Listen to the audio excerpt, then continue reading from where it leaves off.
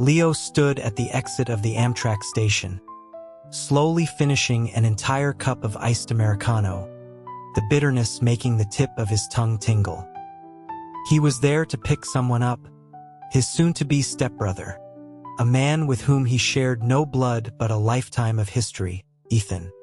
He and Ethan had known each other since they were 5. He remembered perching on the fence that separated their yards, watching Ethan's mother, Susan, pull up in a small U-Haul.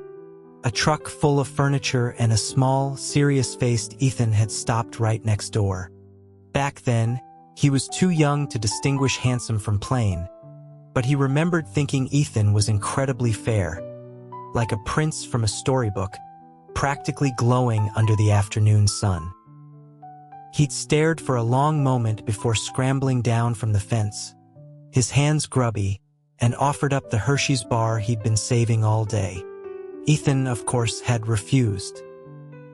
He'd given Leo a strange look, recoiling slightly, and told him to get his hand away. That was the first thing Ethan had ever said to him. Now, at 21, Leo looked back on that moment and could only think what a little idiot he'd been, always offering his warmth to someone who ran cold. But he hadn't just done it once, he had done it for more than a decade. Operating on the principle of proximity, he'd insisted on being Ethan's friend, shouting under his window every morning and leaving a small carton of milk on the sill. Eventually, they really did become friends. For over a decade, everyone saw them as the tightest duo imaginable. They went from walking to kindergarten together with matching backpacks to being inseparable in high school, constantly stuck to each other's side. Classmates teased them more than once, saying they were clingier than any couple. The thought made Leo irritable. He had been an idiot in high school, too, trailing after Ethan without ever questioning why it felt so different, just thinking they were the best of friends. It wasn't until college, when his world expanded, that he was struck by the sudden, terrifying realization that he harbored unspeakable feelings for his childhood friend. He was 19 then, Ethan a half-year older. He'd gone to visit Ethan for the summer. On a city bus, he rested his head on Ethan's shoulder, gazing at their reflection in the window, and couldn't help a secret smile from spreading across his face. When Ethan asked what he was smiling about, he said nothing. If the story had ended there, it would have been a simple, sad tale of unrequited love.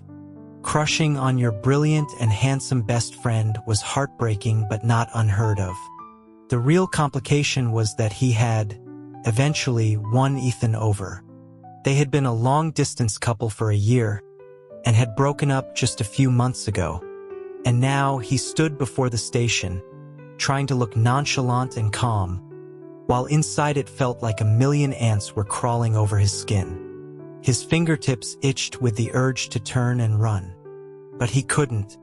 Before he left, his father had given him a stern lecture, ordering him to be nice to his brother, to drop the childish attitude and act with some maturity. Leo wanted to roll his eyes. He had no desire to be mature. Who could face an ex with a pleasant expression? His father was one to talk. He and Ethan's mom, Susan, had been neighbors for 20 years. Leo had suspected something was going on between them back in high school and had even confronted his dad, who vehemently denied it. And now, here they were. Of all the times to finally get together, they chose to do it right after he and Ethan had split, cheerfully announcing their engagement.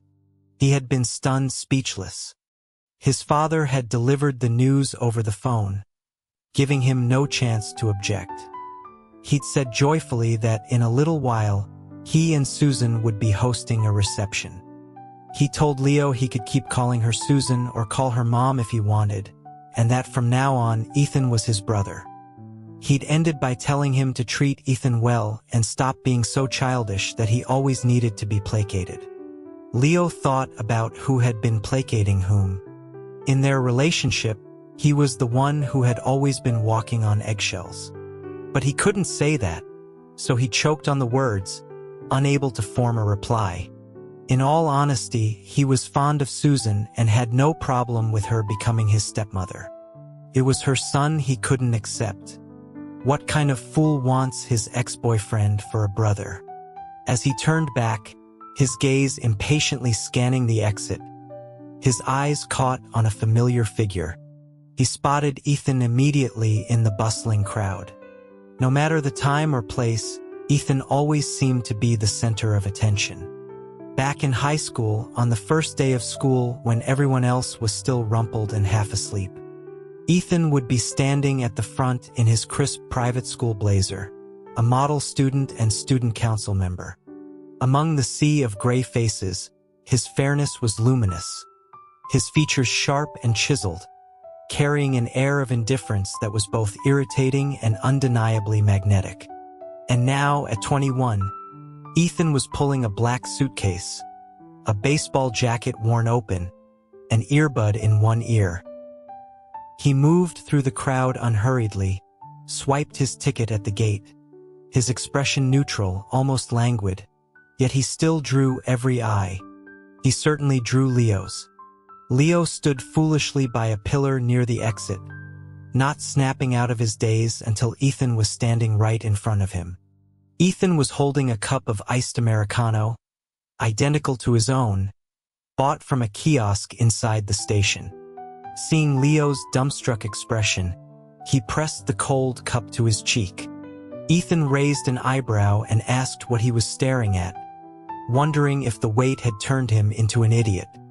Leo reflexively retorted that Ethan was the idiot. As he came to his senses, 15 years of ingrained habit made him reach for the bag in Ethan's hand. Ethan had a lot of luggage, and the suitcase looked heavy. But halfway there, he froze. Why should he? Was Ethan some kind of prince? He'd been chasing after him for more than a decade. Did he have to keep waiting on him even after they'd broken up? Felt pathetic. But Ethan was not one for ceremony. He simply placed the black duffel bag into Leo's hands and thanked him with a slight smile. When Ethan didn't smile, he looked exceptionally cold. But when he did, it was captivating with a kind of casual sexiness. Leo had always been a sucker for a pretty face. A large part of why he'd fallen for Ethan was his looks, and the sharp retort on his tongue dissolved. As they walked out of the station, however, his indignation returned. He grumbled about whether Ethan had forgotten how to use his own hands, asking if studying pre-med had made them useless. Ethan, effortlessly wheeling the heavy suitcase, remarked that Leo himself had told him to protect his hands. Leo had said that, but he'd been head over heels for Ethan at the time, capable of saying anything. The thought of those fair, steady hands one day holding a scalpel had made him want to enshrine them. He shot Ethan a glare and fell silent. In the car, Ethan slid into the driver's seat and asked for the keys. He said he should drive, claiming Leo was a menace in city traffic and that he'd like to live a few more years. The comment made Leo's teeth ache, but he didn't feel like arguing. The traffic on the way there had been a nightmare, and he had no desire to endure it again on the way back. He gave Ethan a sidelong glance and tossed the keys over, muttering that he was as steady as a tortoise. Ethan ignored the jab and started the car. The Mercedes was actually Leo's father's, but since David had bought a Land Rover 2 years ago, this one was mostly left for Ethan and Leo to use. Ethan was a confident driver, certainly more stable than Leo. He didn't get flustered in traffic, never honking or weaving, but he also never let anyone cut him off. Leo felt the atmosphere in the car was suffocating. For a pre-med student, Ethan didn't smell of antiseptic. Instead, there was a clean, pleasant scent, a subtle mix of citrus and lemon that quietly filled the air. He realized after a moment that Ethan's bag was still in his lap. He'd forgotten to put it in the trunk. He frowned, complaining about what on earth was inside to make it so heavy, feeling a sudden urge to toss it out. Ethan, one hand on the steering wheel, advised him against it. There was a gift for him inside. Leo was startled. He asked defensively why Ethan would get him a gift, saying he didn't want it. He felt the bag in his hands was now as dangerous as a bomb. Why? Ethan wanted to know. Why? Leo was incredulous. He asked Ethan what he was playing at, reminding him that they had broken up. Surely his memory wasn't that short. After crossing a bridge, just as they were nearing their street, Ethan suddenly pulled the car over beneath a willow tree, its branches bare in the winter air. A cold wind sent a couple of dry leaves skittering across the windshield. Ethan looked at Leo, his expression turning cool. He reminded Leo that it was Leo himself who had said they weren't suited as lovers, that it had been a temporary mistake, and that they should go back to being brothers. So what was wrong with him bringing a local specialty for his friend? He added that Leo's dad and his mom were getting gifts too. It wasn't exclusively for him, so he had no reason to throw a tantrum. Leo was stunned. So it wasn't just for him.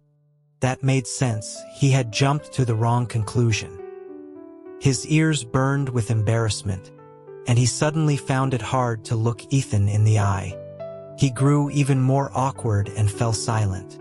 Ethan tapped his fingers on the steering wheel, thinking for a moment, before stating that they needed to talk. Talk. Leo was very familiar with those words.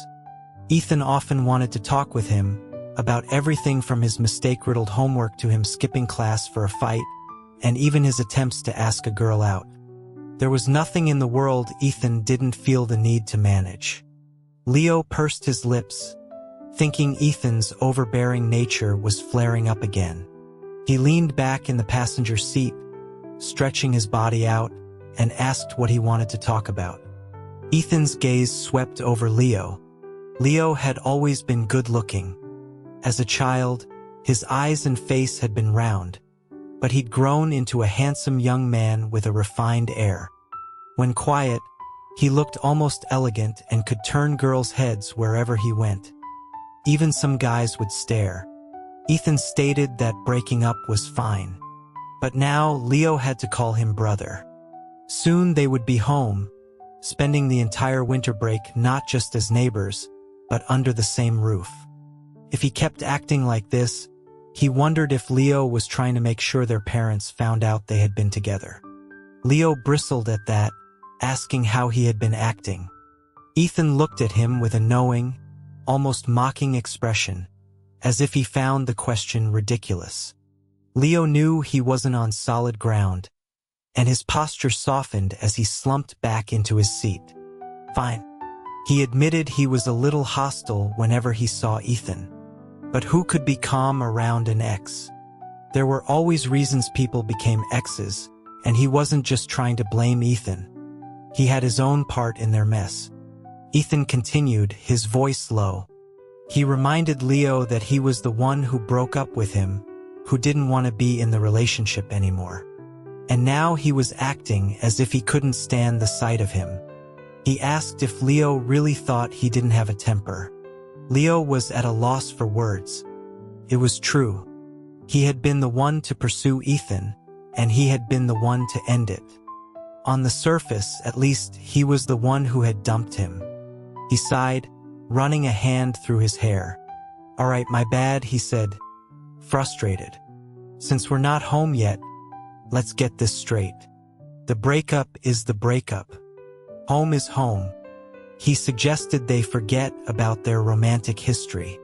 Once they walked through that door, they were brothers. As Leo said the word brothers, his eyelashes fluttered. Who could believe you could go from exes back to brothers? But what was the alternative? Their parents were getting married, planning a reception, sending out invitations. They couldn't exactly come out to them now. Getting yelled at was one thing, but hurting their parents was another. When they were deeply in love, they might have done something crazy for each other. But now that they were broken up, it wasn't worth it. He took a breath, his mind racing. He remembered all the times Ethan had stayed up late helping him with homework, washed his jacket, and bought him breakfast. His heart softened, and so did his tone. He surrendered. "I'll watch my attitude, bro." Hearing that word, Ethan's brow twitched. Leo rarely called him that, even though he was 6 months younger. He only did it when he was trying to be cute to get something he wanted. But damn it all, it still worked on him. Ethan let out a short, cold laugh. "Good. Let's go back." He started the car again. The car turned a corner and entered a quiet, tree-lined street. A small sign at the entrance read Maplewood Lane. Once inside, Ethan drove even more slowly, and the atmosphere in the car grew heavy. "We're here." Ethan parked the car next to the house at the very end of the lane. There were no designated parking spots. People just parked wherever they could. But a decade ago, there hadn't been so many cars on the street, just a few motorcycles leaning in the sun. Ethan knew how to ride a motorcycle, too. He had the exterior of a perfect, aloof student, but deep down, he was more rebellious than Leo. During his junior year of high school, stressed out, he had secretly street raced for a month before stopping on his own, and no one ever knew. Later, the only person he ever took on his motorcycle was Leo. He sold that bike to buy Leo a new pair of basketball shoes. He'd ridden his mom's old second-hand scooter, slowly weaving through streets and alleys with Leo on the back, who complained the entire time that he was going too slow. Ethan thought that it had only been 2 or 3 years, but it felt like a lifetime ago. He asked Leo why he wasn't getting out. Leo was resting his chin on his hand, staring at the flickering streetlights at the end of the lane. Winter nights came early. It was only 6, but the sky was already dark. Leo retorted that Ethan hadn't gotten out either, so why was he bothering him? Annoyed, he pulled a pack of cigarettes from his pocket, rolled down the window, and told Ethan to go on inside. He would come after a smoke. With a flick of his thumb, a small flame shot up in the dark car, an orange flower that bloomed and vanished in an instant. The faint scent of mint spread, the tobacco smell light and not unpleasant.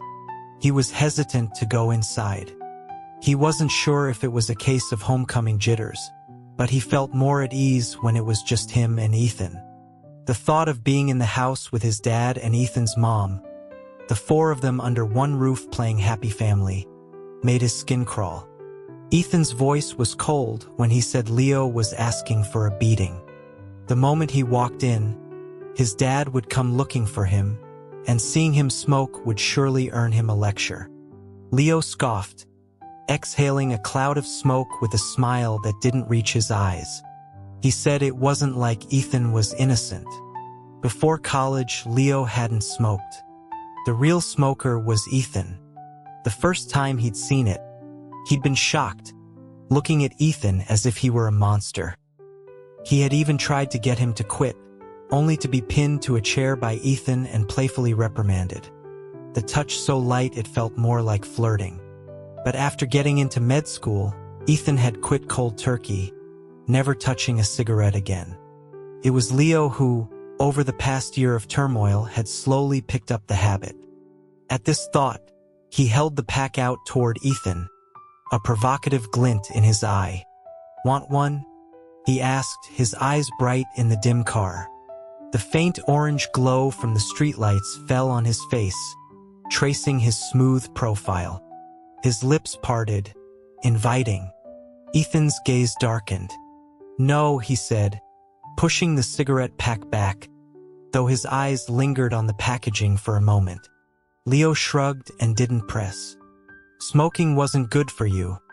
A future doctor like Ethan needed to live a long life. They sat in silence for a while longer. After Leo finished his cigarette, he finally, resignedly, pushed open the car door, grabbing Ethan's bag on the way out. "Let's go. Home." He slammed the door shut. Ethan got out from the other side, and the 2 of them, one carrying a suitcase and the other a bag, walked side by side into the nearby yard. It was a 2-story house, gray-shingled with white walls and carved window lattices. In the corner of the yard grew a few gnarled plum trees, a pomegranate, and some lilacs. A stone table and benches sat against the wall, where Leo and Ethan used to do their homework as kids. This was Leo's home. It was also a place where Ethan had come and gone freely for over a decade. They walked into the house together, the lights stretching and distorting their shadows, making them intertwine intimately. David and Susan had been calculating the time, figuring their sons would be back soon. They were busy in the kitchen, murmuring to each other, when they heard the noise outside. Susan immediately poked her head out the door and saw Leo and Ethan walking in. Both tall and handsome, they filled the doorway, and she couldn't help but smile. But when her eyes fell on Leo, she felt a little shy. Though they were incredibly familiar, the new situation made her feel a bit awkward, her smile a little strained. She was tall, with her long hair pulled back, her fair, delicate face much softer than Ethan's. "Leo, you're back," she said gently. "I told your dad not to make you go pick Ethan up. It's too much trouble." Facing Susan, Leo turned into a well-behaved child, smiling good-naturedly. No trouble.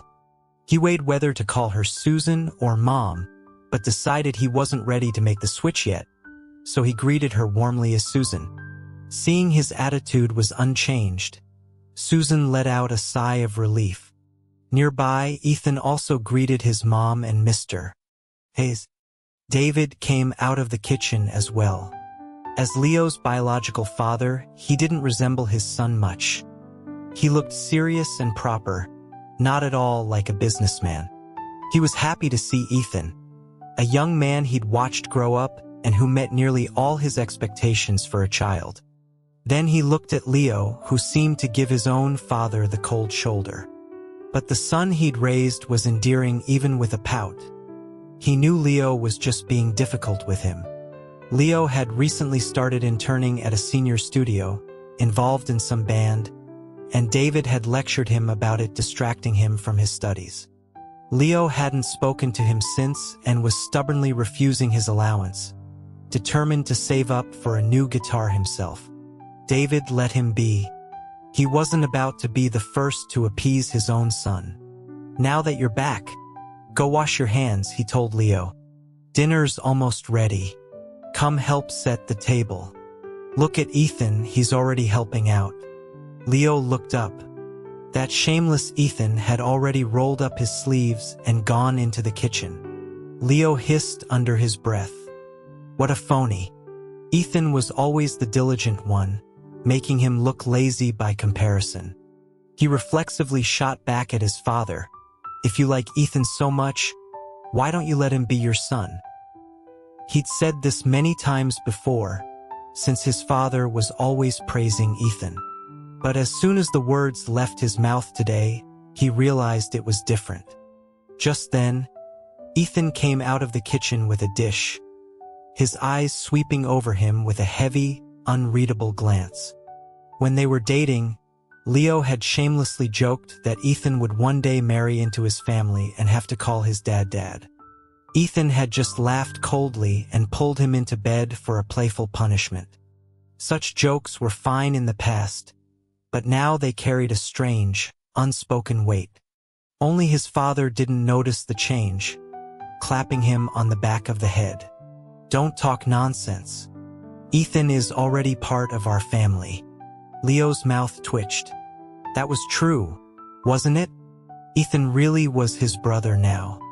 Not wanting to face Ethan, he pushed open the door and went into the kitchen as well. At 7:30, dinner began. 8 hot dishes and 2 cold ones were laid out on the table, with a small glass of red wine poured for each person.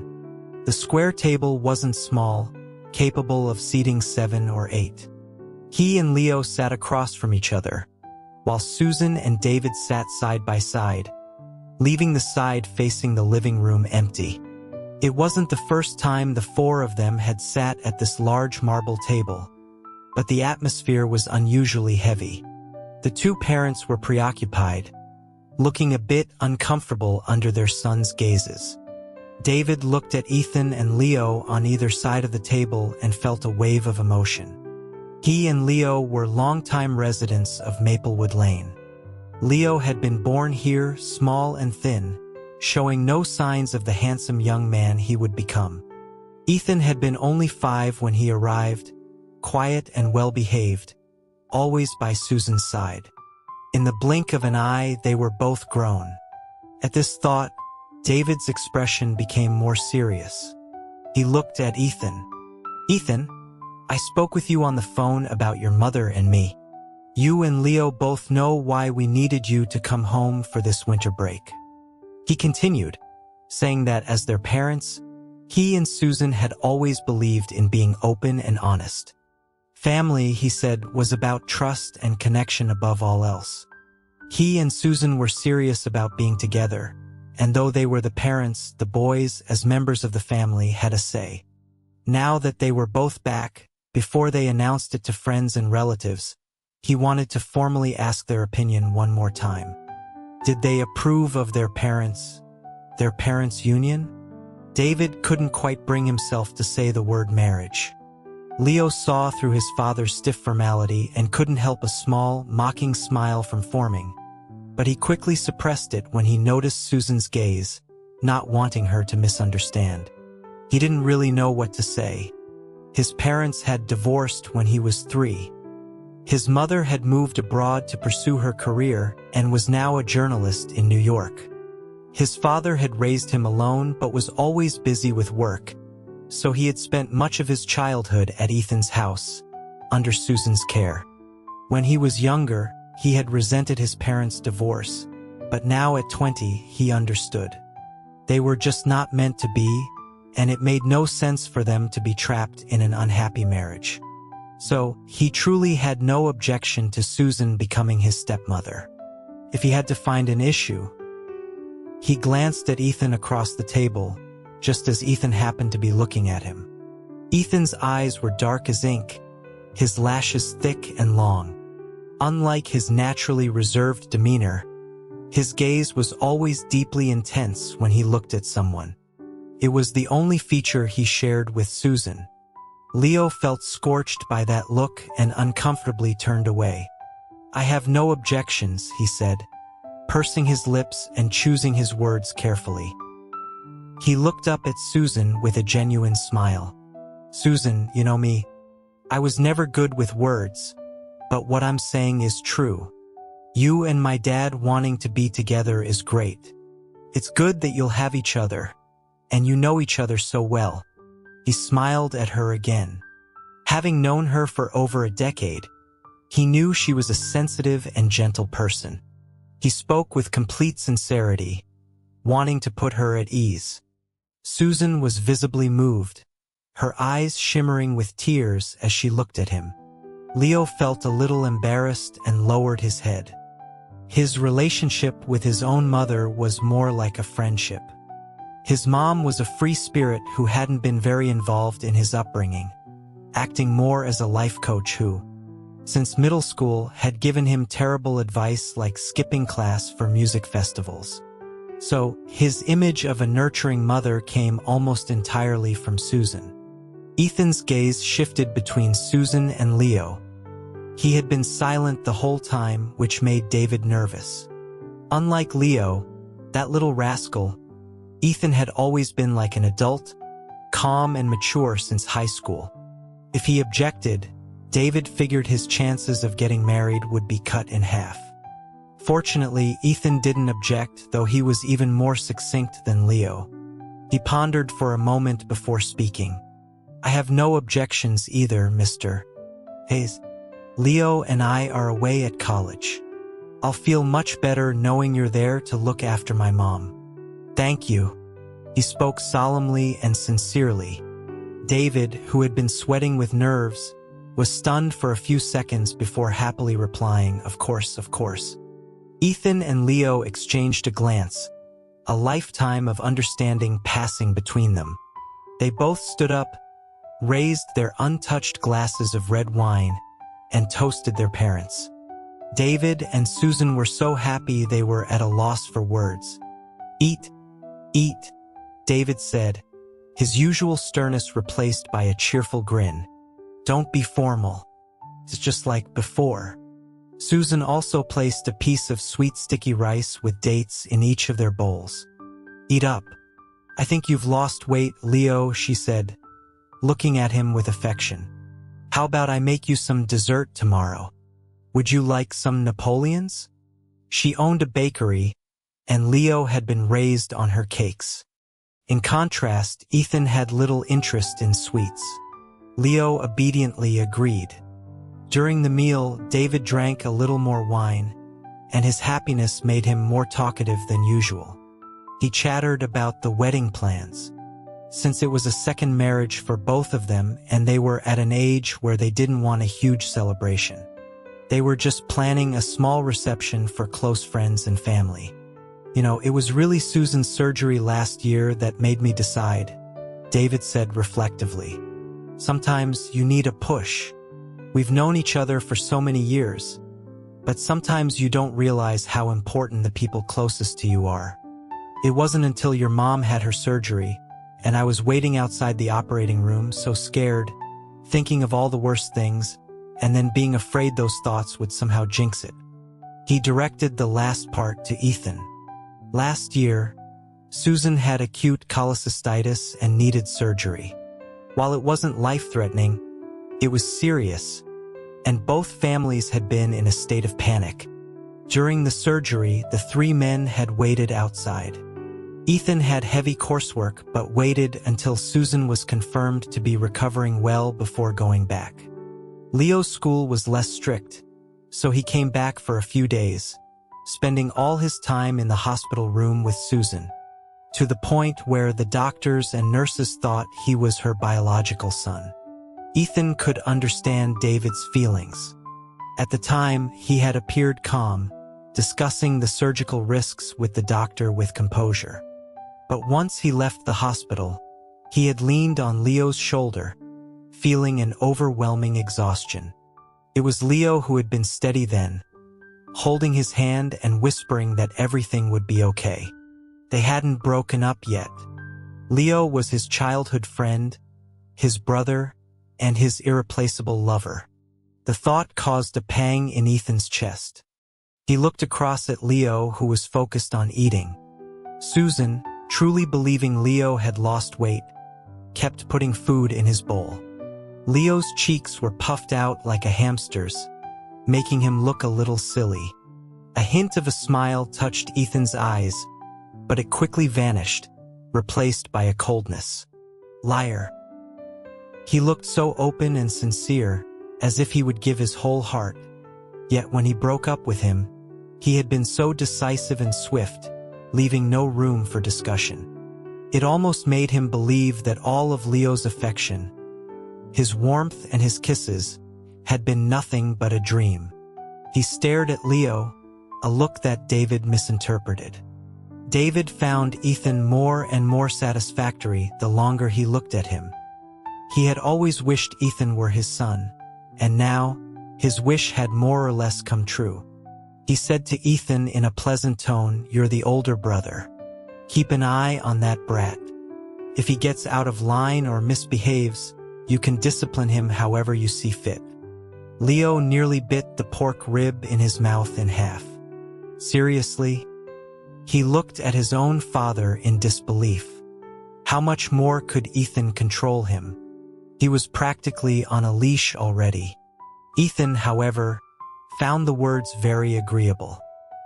He looked at Leo, a mysterious smile playing on his lips, and replied to David with humble grace, "Don't worry, sir. I'll watch him." Leo felt sick just looking at Ethan's hypocritical face for another second. Taking advantage of a moment when his parents weren't looking, he silently mouthed a curse at Ethan. But he had had a little wine, and his pale face was flushed pink, robbing the gesture of any menace. His eyes, unlike Ethan's which were focused and intense, were clear and bright, like a lake reflecting whoever looked into them. Ethan let out a soft scoff. Pathetic. After dinner, the two young men took the initiative to wash the dishes and clear the table, letting Susan and David relax in the living room and watch TV. Ethan distributed the gifts he had brought back. It was nothing special. He studied in Chicago, which was famous for its Garrett popcorn and cheesecake, and he always brought some back. David was feeling sentimental, telling Susan, "There's some sense of accomplishment in raising kids. They finally grow up and become sensible." But he was also a little worried, glancing towards the kitchen. "That kid Leo, I hope he doesn't break any dishes." In the kitchen, Leo was wearing a blue apron. When he turned and saw Ethan in a pink one, he felt a deep sense of satisfaction. Ethan knew what he was laughing at, but couldn't be bothered to react. With his sleeves rolled up, he washed the dishes with the same meticulous efficiency he would use for lab equipment. Leo was useless. He had never been good at housework, and David employed a housekeeper, so he was born to be pampered. After he became friends with Ethan, they would walk to kindergarten hand in hand, and Ethan was the one who put the straw in his juice box.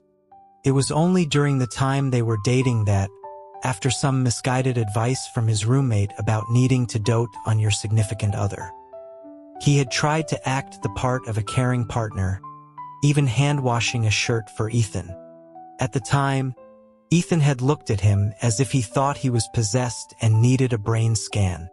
Now, standing at the sink, he frowned, scrubbing a single plate for ages, still thinking it wasn't clean and tempted to add more soap. Ethan couldn't watch anymore. He gently kicked him. "Go stand over there. Don't make a mess." He took off his gloves, grabbed an apple from the fruit basket, washed it quickly, and stuck it in Leo's hand. Leo felt awkward but was genuinely useless, so he leaned against the counter and started crunching on the apple. Feeling a bit guilty for eating alone, he impulsively asked Ethan if he wanted some. The moment the words were out, he wanted to bite his tongue off. What was he thinking? He quickly backtracked, I can wash one for you too." Ethan gave him a light glance, not saying a word, but tilted his head toward Leo. The meaning was clear. He wanted a bite of the one Leo was holding. Leo was reluctant, but Ethan just looked at him calmly, making him feel like he was overreacting. He turned the apple around and offered the unbeaten side. Ethan seemed to see through his little trick and gave him a mocking look before leaning down and taking a bite, his teeth sinking into the apple right next to the mark Leo had just made. He chewed slowly before commenting, "Not very sweet." Leo shot back, "Don't be picky. Dad bought these specifically because he knows you like apples. They were imported, too." But his dad was a terrible judge of fruit. They really weren't that sweet. Leo finished the rest of the apple and tossed the core into the trash. Ethan had just finished washing the dishes, stacking them neatly, and was drying his hands with a paper towel. But Leo felt uneasy as he looked at those hands. They needed to get a dishwasher, he thought randomly as they walked out of the kitchen. They couldn't just let Ethan do the dishes all the time. It would look like they were mistreating their stepson. Even when Ethan went back to school, his dad and Susan could use it. He mentally calculated the cost. He'd made some money from playing gigs with his senior this year. If he held off on buying the guitar, he had enough. Lost in thought, he wasn't watching where he was going and almost walked right into Ethan's back. Ethan turned, accustomed to it, and grabbed his arm, steering him onto the sofa. The newly formed family of 4 sat neatly in the living room, watching TV. It was some variety show with mostly older celebrities Leo didn't recognize, and he listened absently to the singing. But he didn't want to go back to his room yet. He looked at Ethan, remembering last winter break when their 2 families had gathered in this living room just like this. Back then, he had just gotten together with Ethan and they were in the honeymoon phase. He wasn't sitting across from Ethan like now. They were squeezed onto a single armchair. It was spacious for one, but cramped for two grown men. Yet he had managed to sit with half his body on Ethan's lap. His dad had frowned, scolding him for his lack of decorum, asking why, with a whole house, he had to be glued to Ethan. He told Ethan not to indulge him and to make him get down. But Leo had been fearless, resting his head on Ethan's shoulder and looking at his dad defiantly. His dad, speechless, had muttered something about him being too heavy, but Leo had just clung tighter. David finally shook his head, unable to stand the sight of his son, and left.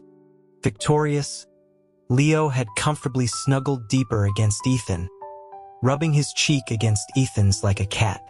Their intimacy had always been their best cover.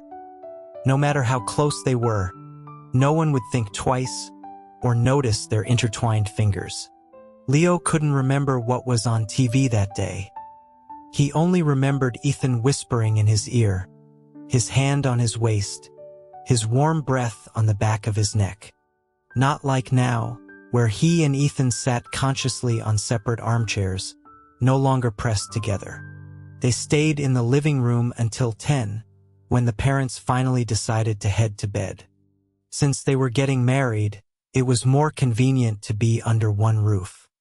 David's two-story house had been completely renovated last year, so it was Susan who had moved in.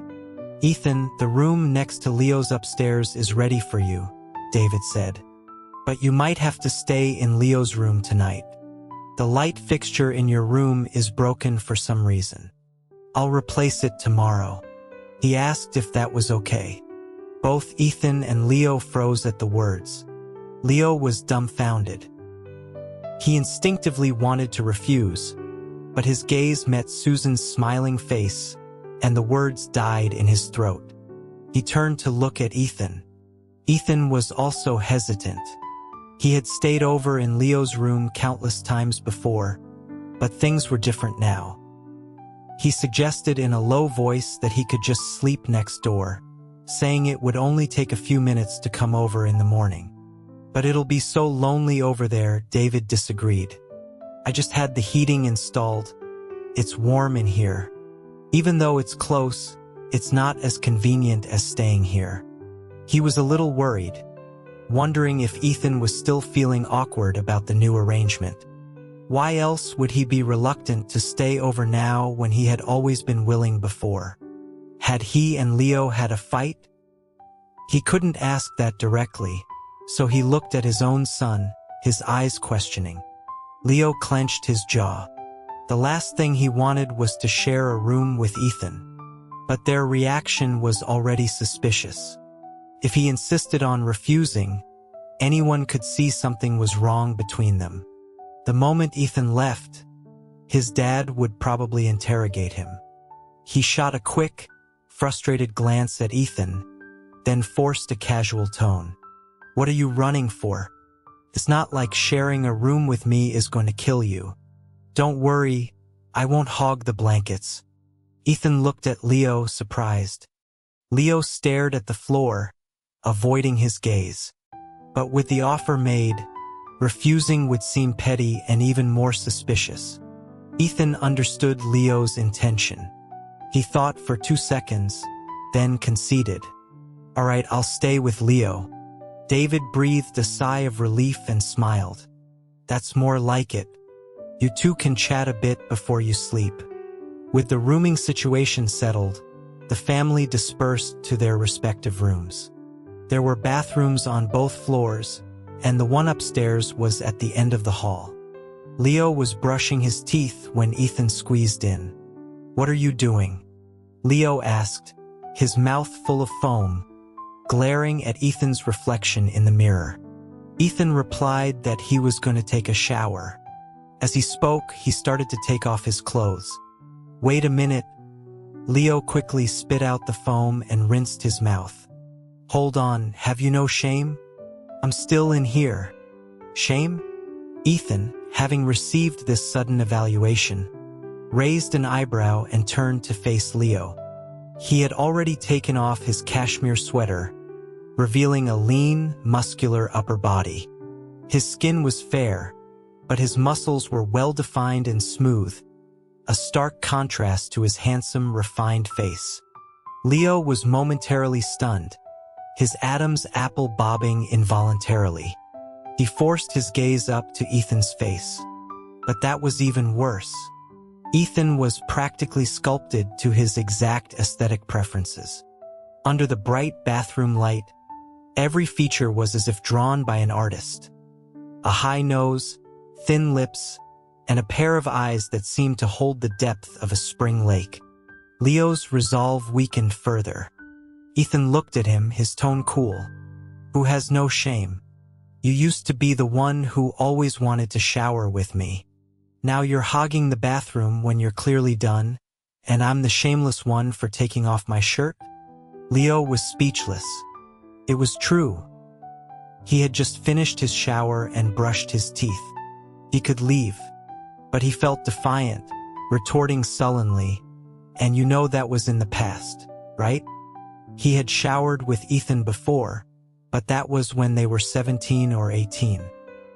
He hadn't understood his own feelings then, always staring at Ethan without knowing why. Ethan had been the one who seemed annoyed, rushing through his shower the moment he entered, which had upset him. He had even hugged Ethan's waist and called him a heartbreaker. Now the tables had turned. He was the one who felt annoyed by Ethan. And the heartbreaker wasn't Ethan. It was him. He slammed his toothbrush cup down on the counter. "Fine, undress however you want. I'm done. I'm leaving." He bolted out the door, slamming it behind him with a bang. It was a good thing they were on the second floor, or he would have woken the parents. Ethan was left alone in the brightly lit bathroom. He lowered his eyes, his thick lashes hiding the shadow in his gaze. Back in the room, Leo dove under the covers. Even though it was winter, the heating was on, so it wasn't cold. But now he was starting to regret his decision. After breaking up with Ethan, he had avoided him for over 4 months, from last summer until now. It was easier when they were apart. The mind is a sensory thing, though he could close his eyes and recall the feel of Ethan's fingers. The way he smiled, the lips that had kissed him. When he opened his eyes, the space next to him was empty. He could bear it. He had originally planned to come back later for winter break, maybe just before New Year's, celebrate with his family, and then leave again. But his dad's phone call had ruined his plans. After Susan's surgery, he had kept making excuses not to come back. Now that it was winter break, he had no choice. But who could have predicted that the first day back, he would have to sleep in the same bed with his ex? Leo was playing a game on his phone, but his character died with a crunch. His face was tense, his calf muscles felt like they were about to cramp. As if sensing his tension, the door clicked open. Ethan walked in, drying his hair, bringing a cloud of steam and warmth with him. Leo didn't want to look, but his eyes were drawn over the top of his phone to Ethan. Fresh from the shower, Ethan's skin looked even fairer, his hair dark and still damp, water droplets tracing the sharp line of his jaw. He was only wearing pajama pants, his chest still beaded with water. He wiped his hair a couple more times before picking up the pajama shirt he tossed on the bed and slowly buttoning it up. Leo wanted to curse. Was this a strip club? But he knew it was his own dirty mind. Before they were dating, Ethan had always been like this. Frustrated, he pulled the covers over his head. But Ethan wouldn't let him be, yanking him out from under the blanket. "What?" Leo was about to lose his temper when he heard Ethan say, "If you're really not okay with this, I can go sleep in the other room. I'll get up early so Mom and your dad won't know." Leo was silenced. He stared at Ethan, whose expression was neutral, calm, as if he genuinely meant it. That would be great, Leo thought. He could have the big bed all to himself, roll around as much as he wanted. But when he opened his mouth, the words wouldn't come out. "How would you sleep?" He grumbled, glaring at Ethan. "There are no sheets on that bed, just a comforter. You'll freeze." He tugged at his own fluffy down duvet, which was topped with a handmade quilt. "Stop talking nonsense and get in." Ethan raised an eyebrow, looking at Leo for a long moment. Leo lay in bed, his fair face flushed, lips pressed together in embarrassment. He was wearing the pale gray silk pajamas Ethan had bought for him. He held the blanket open with one hand, looking at him with a reluctant expression that, perversely, seemed like an invitation. Ethan sighed internally, suddenly feeling a genuine desire to sleep in the other room. But he said nothing, lifted the covers, and lay down beside Leo. The lights were off, but Leo's eyes were wide and bright in the darkness. A sliver of milky moonlight shone through the window, casting a faint, hazy glow in the room. It was so quiet he could almost hear his own heartbeat. He couldn't sleep. The room was warm, the bed was warmer, and he and Ethan were so close that a slight move would bring them into contact. They had slept in the same bed many times before, both before and after they started dating. Leo stared at the ceiling, his mind racing back to the last time he had visited Ethan, just before they broke up. It was nearing summer, and the air conditioning in Ethan's room was broken, but he had still insisted on draping himself over Ethan, kissing him. Sweat dripped from his forehead. Ethan's body was feverishly hot, their skin sticking together, their lips and tongues entwined, as if they were oblivious to the heat, aware only of the wet, desperate sounds they were making. Damn it! Leo closed his eyes, feeling like his mind was in the gutter. It was almost half a year ago, yet every detail was still so vivid. His throat felt dry. He was afraid he would have a physical reaction if he kept thinking about it, so he guiltily turned his back to Ethan. But after a moment, he noticed how quiet Ethan was. He stared at the wall for a while, then couldn't resist turning back to look. Ethan's eyes were closed, his breathing even as he lay on the pillow next to him, his body relaxed. He was clearly already asleep. Leo had been worried that, as exes in the same bed, even after several months, a spark might ignite and they wouldn't know how to handle it. Turns out he had worried for nothing. Ethan had fallen asleep faster than anyone. Not quite believing it, he whispered, "Ethan." No response. The room remained silent. Leo felt a surge of irritation. He yanked the blanket and turned away decisively. Figured, he thought resentfully.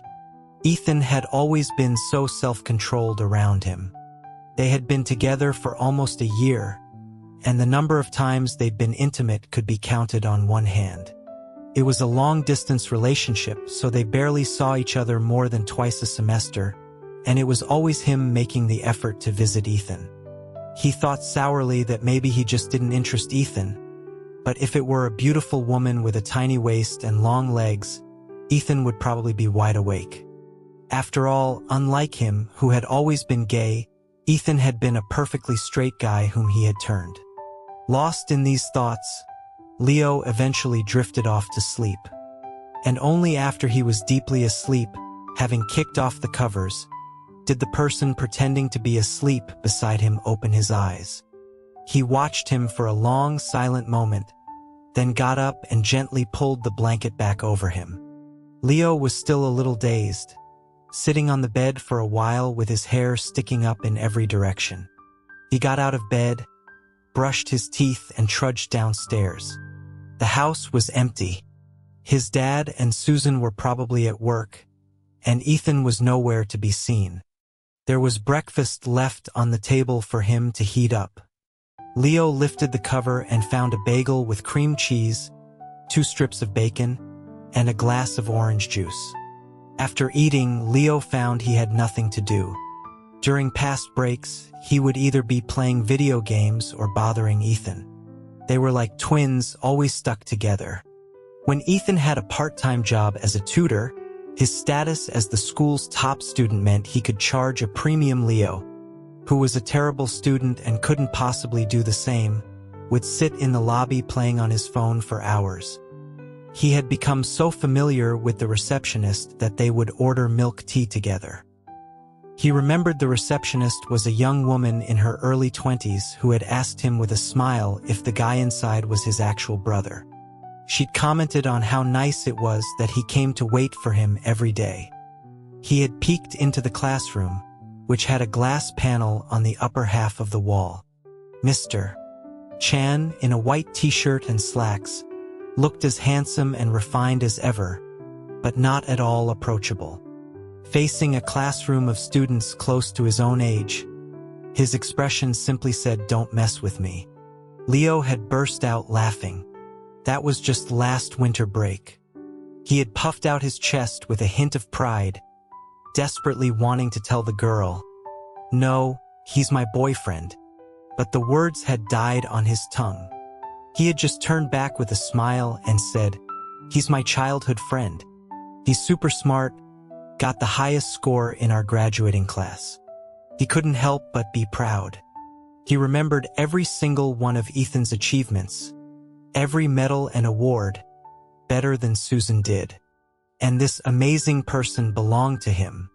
He wanted to show him off to the world, but he had to keep it a secret, and the pressure was almost making him crazy. But it was a good thing he hadn't shown off then, Leo thought now, chewing on the last bit of bacon. He got on his old Vespa and sputtered toward Susan's bakery. When they were dating, everything was perfect. Their love was intense, and he had never even considered the word breakup. Back then, if anyone had dared to suggest his first love would end prematurely, he probably would have punched them. But now, with a clear head, he realized that most first loves don't last. It was like an unbreakable law of nature. Leo parked his Vespa and saw Susan busy inside through the display window. Susan's bakery always did well, but it was only 9 in the morning, so it wasn't crowded. Susan and 2 employees were making pastries. Leo leaned against his scooter. He remembered at his most reckless, he had wanted to come out for Ethan. Lying on his hard dorm bed, he had thought heroically that he would be the one to do it, to take the fall. Ethan, despite being a good fighter, was a model student and probably had little experience with getting into trouble. He didn't care. He'd been thick-skinned since he was a kid, playing a lifelong game of cat and mouse with his dad. He wasn't afraid. But thinking back now, it was all his own impulsive, one-sided decision. He had never even asked Ethan what he thought. It was a good thing he had hesitated, unable to come up with the right words to say, and delayed it. If he had blindly come out then, what a mess it would be now. Leo ran a hand through his hair, pushed open the bakery door, and called out with a smile, "Susan, I'm here to help." Susan was kneading dough. She looked up and smiled gently. "You're up. Did you have a good breakfast?" "I did." It wasn't the first time Leo had come to help. He knew his way around, grabbing an apron from the back and tying his slightly long hair back with a rubber band, revealing a clean forehead. He looked sharp and energetic. The 2 employees, both in their 30s, smiled at him and said to Susan, "Susan, your son is so handsome." They knew Susan was marrying Leo's father and that the 2 families were close, so a little teasing was harmless. Susan was pleased. She glanced at Leo with pride, for once not being modest, and said softly, "Of course he is." She told Leo there were freshly baked egg tarts he could try. Leo agreed and started helping Susan with inventory and running the cash register. He spent most of the day at the bakery.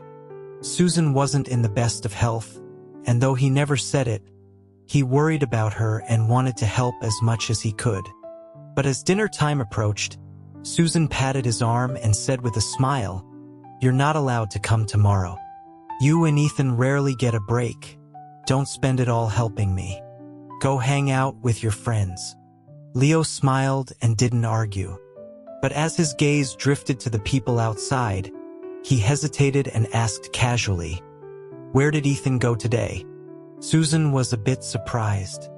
He went to help his old calligraphy teacher with his computer, and he had to buy some things, so he didn't come back for lunch. "Didn't he tell you?" That was unusual. Ethan didn't report his whereabouts to anyone, but he always told Leo. Leo's expression stiffened for a second before he smiled and said, "I was probably asleep." Just as they were talking, the shop door opened. Leo instinctively looked up, starting to say, "Welcome to," but the last word caught in his throat. It wasn't a customer. It was Ethan, one hand on the door, the other holding a shopping bag. Susan smiled. "Ethan, what are you doing here?" Ethan walked over, glanced at Leo, and said nonchalantly, "It was still early, so I thought I'd come and help out." The next hour, Ethan handled the register and made coffee, while Leo packed orders for customers. They barely exchanged a word, yet their movements were perfectly synchronized, a lifetime of understanding between them. The kitchen produced one last batch of egg tarts. Leo ate one, getting some crumbs on his mouth without realizing it, and sipped his milk. Ethan noticed, grabbed him, and pulled him close. He used a bit of force, and Leo practically fell into his arms. Leo flinched, instinctively looking towards Susan in the back. But Susan, who had clearly seen it, paid it no mind and continued chatting cheerfully with her employee. Ethan reached up and wiped the crumb from Leo's lip. The pad of his finger brushed against his mouth. Soft, red, a mouth he had kissed countless times. But it was only for a second. He let go of Leo, and as their bodies separated, the temperature between them seemed to drop. "What are you freaking out about? You had an egg tart crumb on your mouth. I just wiped it off," Ethan said, his face blank. "Are you trying to make it obvious to everyone that something's wrong?" Leo opened his mouth, feeling like Ethan was blaming him for something he had started. But he also knew he had overreacted. This was how they had always been. He couldn't argue. He pursed his lips, took a step back, and said nothing more. After a while, it was 7:30, time for dinner. Leo was about to order takeout, but Susan said she was going to bring dinner to David and told them to go eat by themselves. "It's not busy here anymore. The girls can handle it," she said, taking off her apron. "You two go have dinner. And don't come back afterwards, just go home, or go hang out with friends." She waved them off and left, leaving Leo and Ethan facing each other. Finally, Ethan pushed open the door, his hand on the handle. "Let's go. I'll treat you to burgers at Old Man Joe's." Joe's diner was just around the corner. Leo didn't want to go, but remembering their agreement to act normal, he felt it would be petty to refuse, so he followed. It was prime dinner time and the place was packed. They waited a while for a booth. They were regulars, having come here often since high school, and knew the owner well. Joe, a big man with a friendly face, was wiping down their table, smiling. "You two are on break, huh? Nice to see you guys are still so close, coming back together." Leo forced a smile and didn't correct him. He went to get utensils, expertly ordering for both of them. "We'll have a cheeseburger deluxe, a bacon burger, a side of onion rings, and 2 chocolate milkshakes." "You got it," Joe called back to the kitchen. He then grabbed 2 hard-boiled eggs from a basket on the counter and put them in a small bowl. "Here on the house. While they're hot." Ethan and Leo both thanked him. Joe went to serve another table, but not before teasing Leo, "If you're feeling lazy, just make your brother peel it for you." It was a common sight. Whenever Leo was feeling lazy, he would pass his egg to Ethan. Joe had found it odd at first, wondering why a boy like Leo would be afraid of burning his fingers, but he had gotten used to it.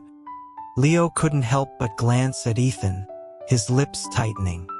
This was the problem with coming back. Every place they went, every friend, family member, and acquaintance was a reminder of how inseparable they had once been. For most people, a breakup was a clean cut, a final goodbye. But not for them.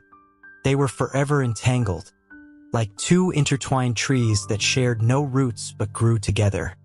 To separate them, you'd have to tear them out from the ground. Ethan heard the comment too and held out his hand to Leo. "Give it here." But Leo ignored him.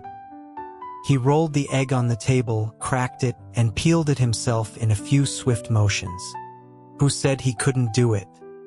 He had only acted helpless before because he knew Ethan would indulge him, because he liked to be coddled. Ethan's outstretched hand was left empty.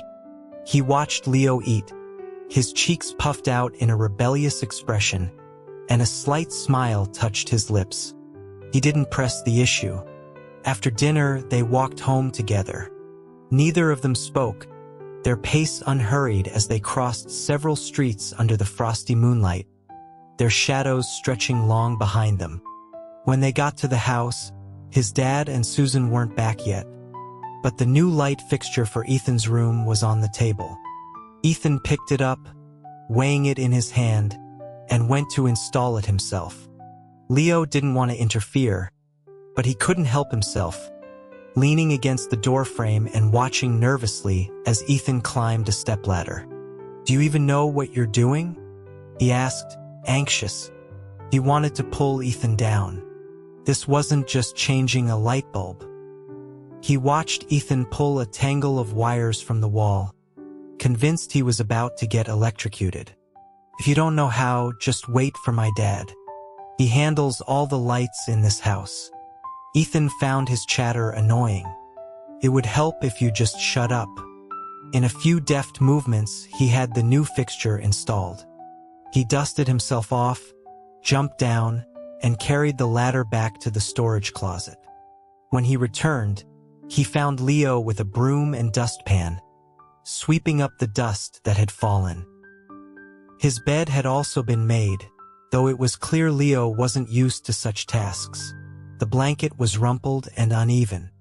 When Leo saw him, he froze like he'd been caught doing something wrong, looking at him with a dumb expression. Leo's ears burned. He felt like he was back in that moment when Ethan had caught him hand-washing his shirt. Ethan had looked at him just like this then, but with far more intimacy. He had walked over, held him, kissed him, and whispered his nickname, making him feel a mix of shame and a melting weakness in his knees as he collapsed into his arms. Leo had had enough. He thrust the broom and dustpan at Ethan. "You finish it." He stormed back to his own room and slammed the door with a bang that shook the frame of Ethan's door as well.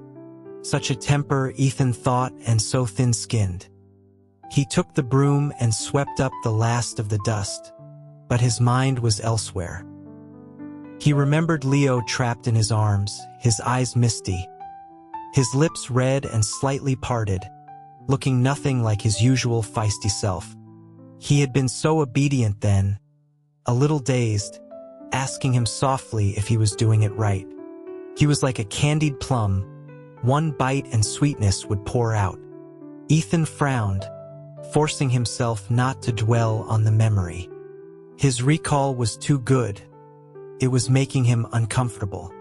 He took the trash out and stared at Leo's door for a long time. It had been 5 months since Leo had broken up with him. The breakup had been messy and confusing. Leo had been incredibly emotional but unyielding, refusing to take his calls or answer his messages. Even when he had rushed to Leo's school, Leo had refused to see him. The last time they met, Leo's face had been pale. It was autumn, but standing under the streetlight, he had looked like he was made of snow, ready to melt away. Ethan still remembered him asking, "Can you just stop pushing me? Can't we just end this peacefully? And then, please." The memory still made Ethan's expression turn to ice. But as he tidied up the house and splashed cold water on his face in the bathroom, he saw in the mirror a pair of eyes filled with grim determination. To say he wasn't angry with Leo would be a lie. But no matter why Leo had broken up with him, he would eventually come back. Leo was naive and clueless, and yet he attracted people like a magnet. Ethan couldn't trust him to be out in the world alone. Leo was oblivious to the scheming happening next door. He had finally achieved his dream of having a big bed to himself, but he wasn't particularly happy about it. After his shower, he was curled up in bed, playing on his phone when a notification popped up. It was from their high school class group chat, buzzing about a reunion in a few days. The class jock was taking a head count, calling out names one by one. Both Ethan and Leo were on the list. Leo was just scrolling through the messages when he saw Ethan's name again. One of his old friends, Matt, had typed, "Isn't Ethan giving a speech at the school in a couple of days? We should all go and be his cheering squad, and we can visit the teachers too." Leo paused, remembering. Ethan had been their class president and the top student. Now, as a distinguished alumnus, he had been invited back with a few others to share his experiences and give a motivational speech to the current seniors. The event was in the school auditorium. He'd heard about it from Susan. It wasn't surprising. When they were seniors, the previous year's graduates had done the same. He and Ethan had sat in the audience, listening to the passionate speeches while sharing a bag of spicy chips. That was one of the few times Ethan had seemed down to earth. He couldn't really handle spicy food, but if Leo fed it to him, he would eat it, all while maintaining a serious expression and applauding the speakers. The memory made Leo smile, but the smile quickly faded. Someone in the group chat asked if he was going. Another classmate immediately replied for him, "Of course Leo's going. Even if no one else goes, Leo will be there for Ethan. Besides, Mr. Henderson was always cool with you, you gotta go see him, right, Leo?" Leo frowned, conflicted. He hesitated for a moment before slowly typing, "We'll see. I'm kinda busy these days, not sure if I'll have time. If not, I'll just come to the dinner." The chat erupted. "Busy with what, Leo? Ethan giving a speech is a huge deal, you have to be there. Yeah, come on. Just dinner is boring. Let's all go back to the school together. Seriously, I was hoping to play some basketball with you." The chat was flooded with messages. Everyone was surprised. The two of them had always been inseparable. If Leo was playing basketball, Ethan would be on the sidelines waiting. The idea of only one of them showing up felt strange. Leo bit his lip. "I'm really busy," he typed, but before he could send it, there was a knock on his door. He peeked out, then reluctantly crawled out of bed to open it. It was Ethan, of course, wearing similar pajamas and holding a bag. "What?" Leo asked, leaning against the doorframe, clearly annoyed. Ethan handed him the bag. "I forgot to give this to you." Leo took it, confused, and looked inside. It was a small, unboxed humidifier. "I noticed last night when I slept here that the heating was too dry. Your lips were chapped. So I bought you a humidifier," Ethan said, his voice as neutral as ever. "It's been cleaned. Just remember to use purified water." He then turned and went back to his room without waiting for a reaction. Leo stood in the doorway holding the humidifier, which suddenly felt very heavy. After a moment, he went back to bed. He stared at it for a while before finally setting it up, filling it with water. A soft mist began to curl into the air, moistening the space around his bed. He watched it for a while, lost in thought, until his phone buzzed again. The group chat was still active, teasing him for disappearing. Leo had always been popular, and everyone liked to joke around with him. He hesitated, then deleted the message he had been about to send. "I'll try to be there." Leo said he would try, but when the day came, he was there on time, sitting in the audience. The speech was in the school auditorium. A group of about 12 of them from their old class, all their closest friends, had taken over the back row. Next to Leo sat Chloe, their former arts representative, and next to her was Matt, the jock. The two of them were a couple and immediately started whispering to each other. Leo didn't want to eavesdrop, and his phone battery was low, so he focused on the stage. The school had invited 4 alumni. They each gave a speech filled with the usual platitudes about studying hard for a bright future. In Leo's opinion, Ethan's was the least sincere. He had watched Ethan write the entire speech in 10 minutes the day before, the words flowing effortlessly. For the past few days, they had fallen into a sort of superficial peace, maintaining a facade of brotherly harmony for their parents. He had been playing a game on the sofa and glanced at Ethan's laptop, poking him. "You're not just reusing an old speech, are you?" Ethan had glanced at him. "What do you think?" The printer spat out the speech, and Ethan waved the A4 paper in front of him. "It's based on the one from our 100-day countdown assembly. I just changed the second half." Ethan had said calmly, "Even if I wrote a masterpiece, no one would listen. Your future doesn't depend on my motivational speech. They'd be better off doing another practice test." He knew it. For someone like Ethan, who never even took notes in class, writing a sincere speech was out of the character. But no matter how insincere his speech was, he was undeniably the main attraction. When he walked onto the stage, the auditorium fell silent. Since it was just a school event, there was no strict dress code. Ethan was dressed casually in a black jacket over a light gray turtleneck. His face was handsome, his eyes bright, his posture straight and tall. Leo distinctly heard a girl in the row in front of him gasp. 2 junior girls were sitting in front of him. They had been secretly sharing snacks, but when Ethan appeared, they stopped and applauded enthusiastically. He heard one of them whisper, "Which graduating class is he from? He's so handsome. If I'd known, I would have dragged Sarah here." Leo almost laughed. The other girl had already taken out her phone. "Too late to call her now. I'll just take some pictures for her. Can't say I'm not a good friend." Chloe heard them too and started shaking with silent laughter. She leaned over to Leo and whispered, "Our class president still got it.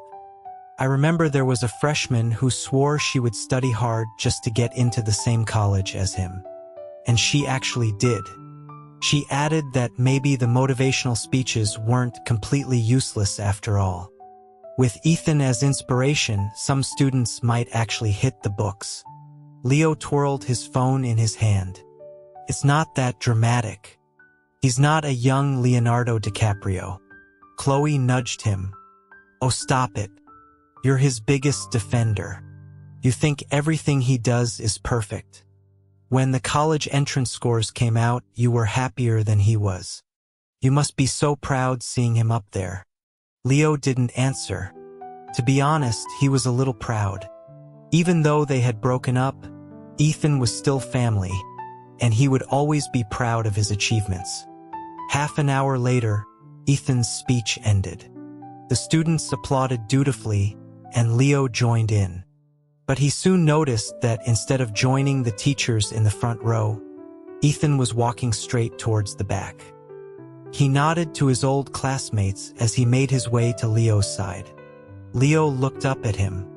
Ethan was looking down at him, his profile sharp and handsome, one hand resting on the back of the chair in front of him, much to the excitement of the 2 girls sitting there. "Move your leg," Ethan said. Leo didn't really want to. There were plenty of empty seats in the back row, but Ethan seemed determined to sit next to him. With so many people around, Leo didn't want to make a scene, so he pulled his legs in. With a soft creak, the seat was lowered, and then he felt a weight on his shoulder. Ethan was leaning against him. Leo froze. "Let me rest for a bit. Didn't sleep well last night," Ethan said, completely unapologetic. His eyes lowered, and he noticed a few candies in Leo's palm. Without asking, he took one. "Where'd you get these mints?" "Chloe gave them to me for staying awake," Leo replied. He tried to ignore the weight on his shoulder and went back to scrolling on his phone, but the battery was critically low. Ethan noticed and pulled a small power bank from his pocket, a charging cable already attached, and pressed it into Leo's hand. Then he slowly unwrapped the mint and popped it into his mouth. "Too sweet," he murmured, but he was so close that it sounded like he was whispering right in Leo's ear. Leo's hand tightened around the power bank. It was designed with two little devil horns, which were now digging into his palm. He could smell the minty, milky sweetness of Ethan's breath. He was stunned for a moment, trying to calm his racing heart, before slowly plugging the cable into his phone. A soft chime indicated it was charging, as if to remind him that his feelings for Ethan were also still being replenished. He still couldn't be indifferent to him. For months and 27 days after their breakup, he could still feel his heart pound just from Ethan resting on his shoulder. There were so many people in the auditorium. His high school classmates were right next to him. Someone was still speaking on stage, a gentle but firm female voice echoing through the hall, and he could faintly hear the chatter from the audience. But to him, the world felt quiet, as if he had been transported back to the study hall in their senior year. He and Ethan had leaned against each other just like this, sharing a pair of earbuds, listening to the same song. Leo gripped his phone, pretending to read some gossip, but he couldn't process a single word. Ethan was too close. If he turned his head slightly, his lips would touch Ethan's forehead. This kept him sitting ramrod straight, afraid to move. It reminded him of his and Ethan's first kiss. It was also in their senior year, when Ethan had gotten extra points on a competition for college admission. Leo had treated the entire class to dinner to celebrate, even though it had nothing to do with him. It was just a few months before graduation, and everyone was looking for an excuse to let loose. A group of them, high on Coca-Cola and a few sips of a fruity alcoholic drink, started teasing him, asking if he and Ethan were actual brothers, or if they were secretly a thing, because why else would he be so invested? He hadn't understood his feelings then. He was sitting on Ethan's lap, not at all embarrassed, his face flushed from the little bit of fruit wine he'd had. He had touched Ethan's face, his eyes sparkling, and drunkenly announced, "You guys are just finding out? Ethan and I have been engaged since we were kids. All that's left is the wedding." Ethan knew he was drunk and didn't bother to argue, but he was smiling, not angry at all. The rest of the class, always eager for drama, started banging on the table, nearly raising the roof. Someone shouted, "Then give him a kiss. Kiss him." He knew they were just joking. No one was taking it seriously. But Ethan was looking at him with a smile, his face under the warm yellow light stripped of its usual coldness and distance, leaving only a gentle warmth. He didn't know what came over him. He looked at Ethan, leaned down, and actually kissed his cheek, his lips just brushing the corner of Ethan's mouth. They both froze. The room was too chaotic, and their classmates' attention had already shifted elsewhere. Only the two of them were looking at each other, their breaths mingling. Leo thought he was done for. Ethan was definitely going to punch him. He wanted to punch himself. But Ethan just looked at him with an unreadable expression for a long moment before finally patting his head. "You've had too much to drink." He had dismissed the slip-up so casually. But Leo had tossed and turned all night because of it. Leo stared at his phone, a mix of emotions churning inside him, not registering a single word. It had been over 3 years since that night. He wondered if Ethan even remembered. For him, that had been his first kiss, the start of him realizing something was different, a feeling he had immediately buried like an ostrich, convincing himself it was just a joke. But for Ethan, it was probably just another ordinary, forgettable night. As he was thinking, he felt a warmth in his hand. He looked down and saw that Ethan's hand had closed over his. He was startled and glanced at Ethan, but his eyes were still closed, as if it were an unconscious gesture. At 4 p.m, the speech ended. The seniors went back to their classrooms to pack up, ready for their short but precious winter break. A few of them, mostly girls, lingered, clutching their phones and making their way toward the back row. Leo didn't notice at first, until a few slender fingers tugged on his sleeve. He turned and saw it was one of the girls from the front row. She had a cute face, short hair with a slight perm at the ends. "Excuse me, can I get your number?" she asked, her smile open and friendly. Leo was taken aback, then smiled back. "How do you know I'm not a student here?" "You're not wearing a uniform," she pointed out. "And I heard you guys talking earlier. You're from the old class of 17. I'm in that class now too." That was a coincidence. Leo hadn't expected to attract any attention sitting in the back. He had assumed all eyes would be on Ethan. The thought made him a little proud, and he glanced at Ethan, but Ethan was surrounded by a few ambitious seniors asking about academic competitions and top universities. He didn't have time to look at him. Leo's pride deflated, and he turned back to the girl. He walked over to his classmates, and Matt asked him, "What did that girl want?" Leo hopped up onto the railing. "Nothing. Just asking for some advice about college applications. Too bad she asked the wrong guy. I mostly slept through class." He dodged a playful punch from Matt. The girl, clutching her phone, walked past him and overheard the exchange. She gave him a look. Damn it, now she was even more interested. Ethan was sharing his experience with academic competitions, but part of his attention was still on Leo. He was close enough to have heard the girl asking for his number, not for advice. A faint annoyance stirred in him, like someone was eyeing his property. He was possessive by nature and hated it when anyone got too close to Leo. And Leo was completely oblivious. He had been popular since high school with a trail of admirers, and it was still the same now. He glanced up and saw Leo horsing around with his friends, perched on a railing, pulling leaves off a nearby bush and stuffing them down another friend's collar, only to be chased and have the leaves stuffed back at him. Ethan frowned, his eyes darkening. He only came back to himself when one of the students in front of him called his name.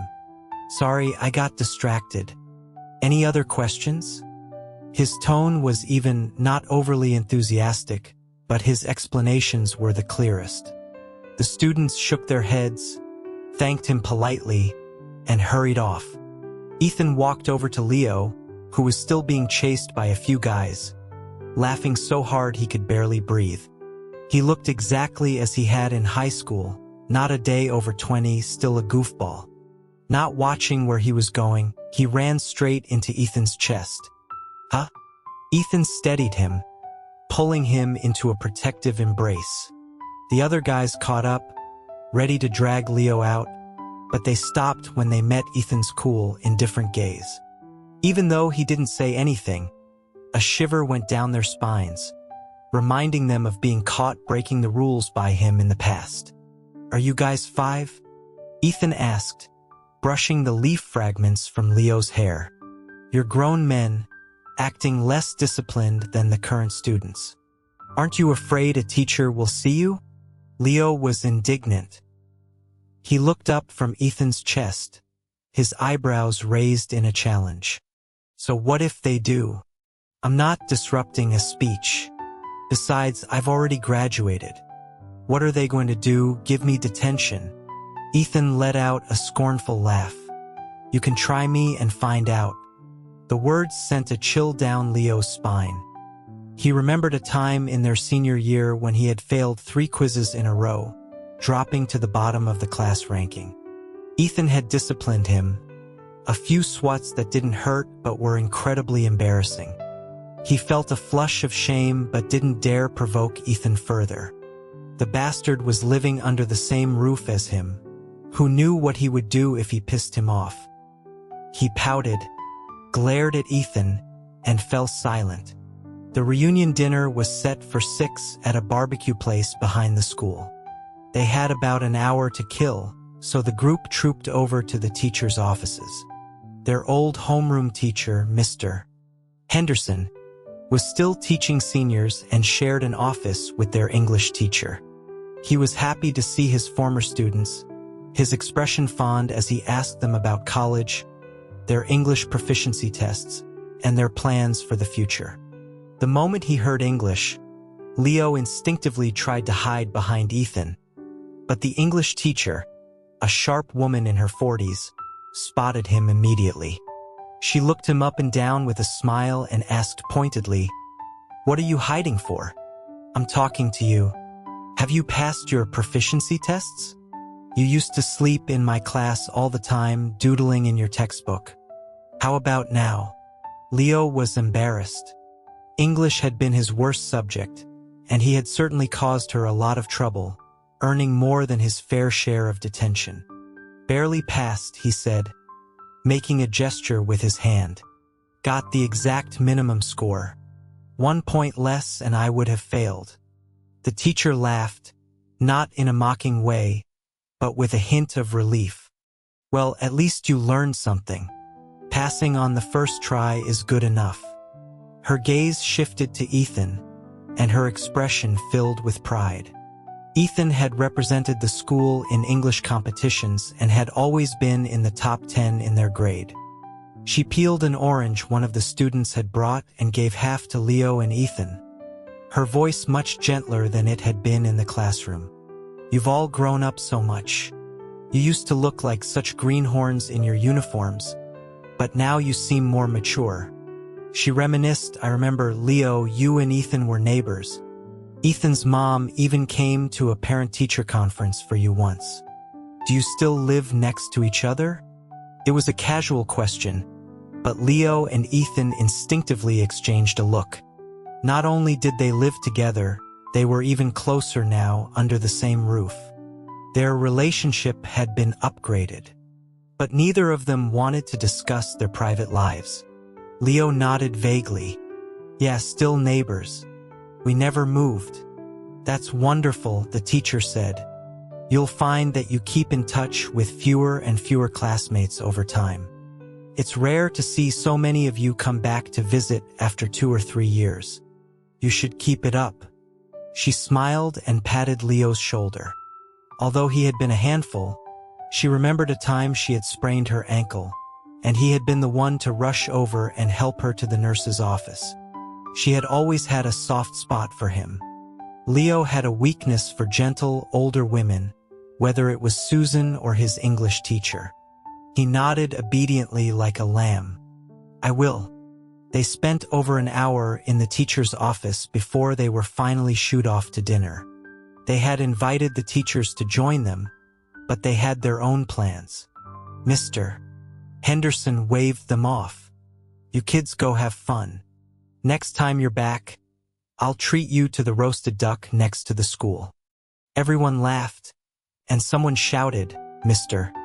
Henderson, you should treat us to a full banquet." "Get out of here," he said with a wave of his hand. "In your dreams." The barbecue place was in an alley behind the school, a popular spot for student gatherings. The owner was a young man with tattooed arms who looked intimidating but was actually very easygoing. He knew their class well and had saved them the largest private room, even throwing in a pitcher of beer for free. By the time they got there, the others who hadn't attended the speech started trickling in. Almost the entire class was there, packed into the room, squeezed around 2 large tables. It was crowded, but no one minded. Before they had even ordered, the room was buzzing with conversation.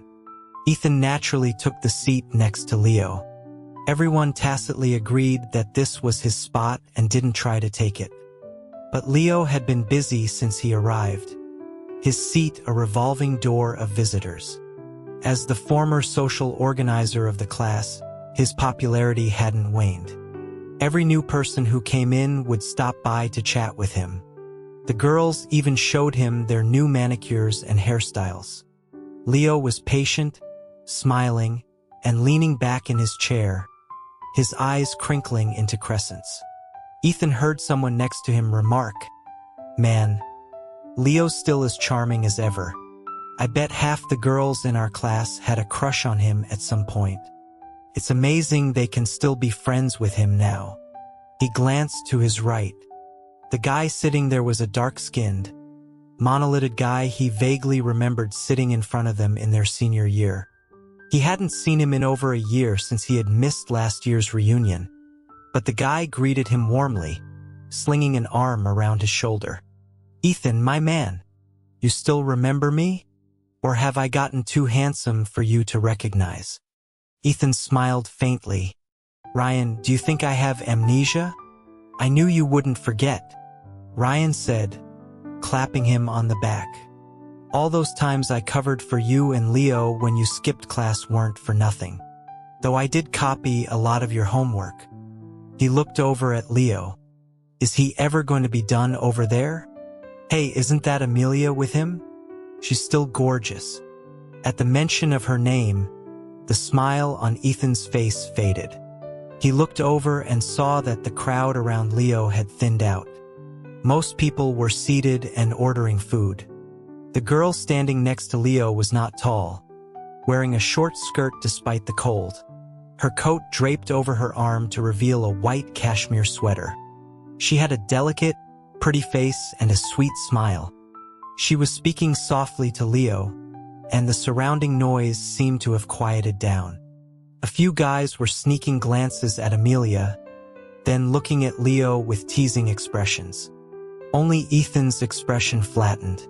He was indifferent to most of his classmates, but he didn't dislike them.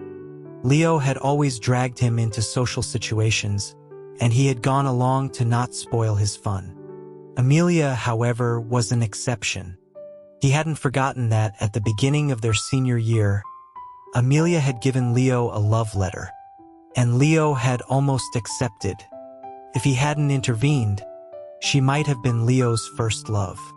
Sensing Ethan's gaze, Amelia looked over and smiled at him.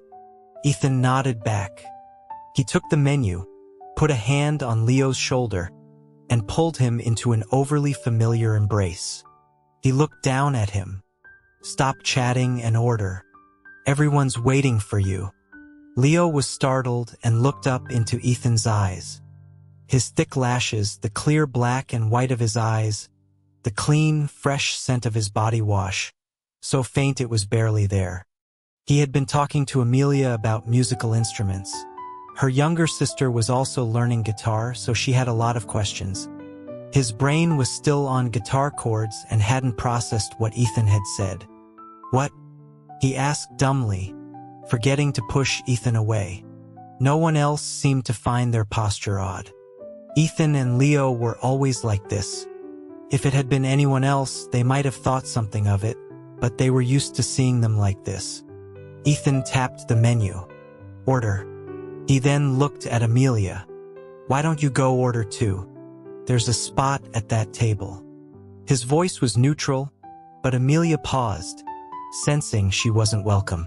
She didn't know him well enough to be sure, so she just smiled and said, "Okay, I'll go over there then." Ethan let go of Leo. But soon, Leo realized he didn't need to order at all. Ethan had already ordered all his favorite dishes, with a note: medium spicy, no garlic. Leo was speechless and handed the menu to the waiter. He opened a beer. "Why did you ask me to order if you already did?" Ethan didn't answer, just held out his own glass for Leo to fill. "Because I didn't want to see you talking to her." Leo was confused. Ethan looked at him, his gaze direct. "I don't like her." He then turned away, ignoring him. Leo was baffled for the rest of the dinner until a sudden realization hit him. He remembered why Ethan disliked Amelia. They had barely interacted in their junior and senior years, but at the beginning of their senior year, Amelia had given him a love letter. The memory made Leo touch his nose, feeling a little guilty. He had been such an idiot back then, never considering that he might be gay, let alone his feelings for Ethan. Everyone around him was dating girls, or at least had a crush on one, so he had assumed he should too. Amelia was pretty and nice, always sweet to him, and he enjoyed talking to her, so he had mistaken that for love. He had excitedly shown the love letter to Ethan, telling him he was about to have a girlfriend. And then Ethan had spanked him. A real spanking. Afterwards, he hadn't been angry, just leaned against a desk, holding the pink love letter, and calmly explained to him what like really meant, concluding that he didn't like Amelia at all. He was just attracted to her looks. It's shallow and childish, Ethan had said coldly. If you were truly head over heels, I wouldn't stop you. But what feelings do you have for her? Your grades have already dropped this month. If you start dating, are you planning to not even get into college? Leo, you said you wanted to go to the same city as me. Is this your determination? He had been so thoroughly lectured that he couldn't even look up. Though he was a little defiant and his pride was hurt, he had obediently returned the love letter to Amelia the next day. And that was the end of that. Amelia had taken it well and still greeted him, though they weren't as close as before. But Ethan had become even stricter with him after that. But in the end, he hadn't gotten into the university Ethan had planned for him, nor had he ended up in the same city. The thought made Leo feel a little guilty towards Amelia, and he couldn't help but look over at her. Though she was innocent, knowing Ethan, the petty bastard had probably held a grudge against her for distracting him from his studies. He saw Amelia at the other table, drinking a soda and chatting with her friends, as cheerful and good-natured as ever. Ethan had been right. He had been so shallow he didn't even know what love was, and he had thought he could just start a relationship.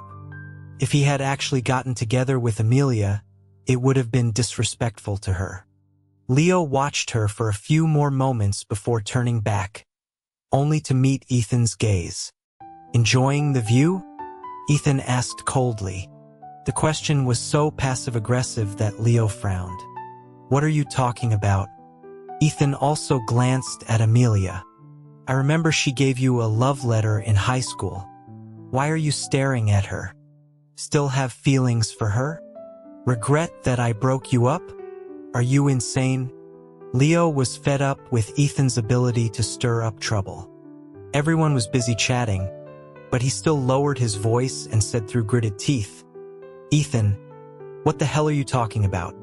You know I'm gay, don't you?" His first love was Ethan.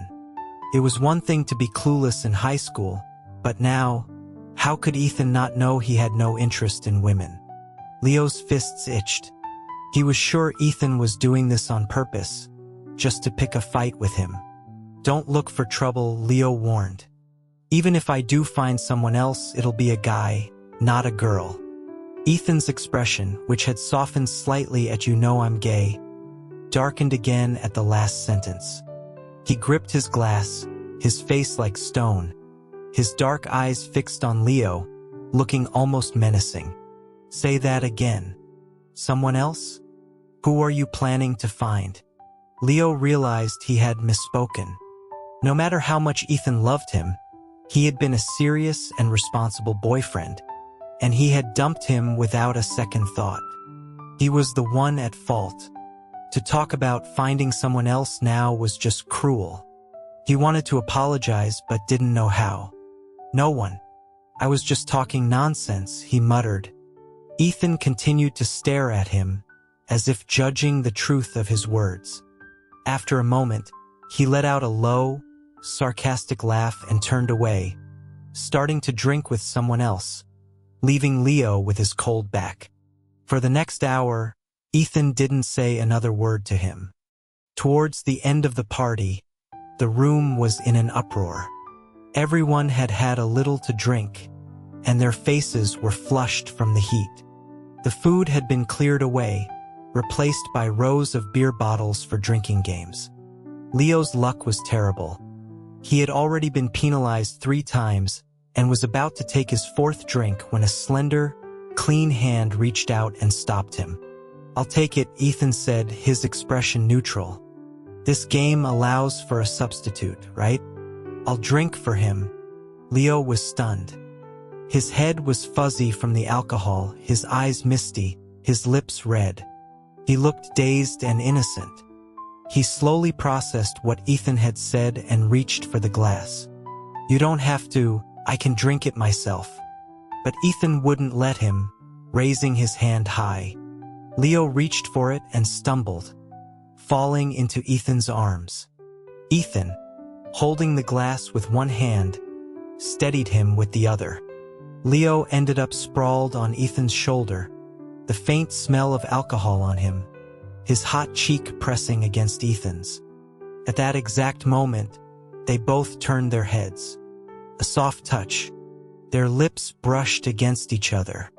Leo and Ethan's mouths met. One of Leo's knees was on Ethan's thigh. In Ethan's eyes, he saw his own reflection. History was repeating itself. A class reunion, drunk, sitting on Ethan's lap, kissing him. The difference was that last time, no one had noticed. It had been his own private chaos. This time, it was in front of everyone. The noisy crowd fell silent for a second, then erupted, banging on the tables, their whoops and hollers like a wave of sound threatening to bring down the walls. Leo scrambled away from Ethan and stumbled back to his seat.